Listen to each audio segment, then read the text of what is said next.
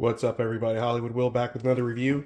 Today we are going to review and cook with this West Bend slow cooker. Right off the bat, a couple of things. This is not just a slow cooker, but it's on the base, and the base is actually a griddle. So I really love that because you can like griddle your pancakes, make a small breakfast on here for 1 or 2 people, which is pretty awesome. You have your settings here: warm, low, medium, high, and then griddle settings. And we're going to use the low setting because we are going to make a pot roast. All right, so I'm browning the pot roast here. We got some potatoes seasoned. We got some carrots seasoned with some stock as well. We're going to turn this on medium once we put the meat in. All right, so now we got the meat on top of the potatoes and the carrots.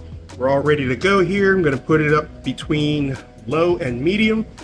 We're going to put the lid on and we're going to cook this bad boy overnight. But yeah, this is super well priced, and I'll give you my final word in the morning.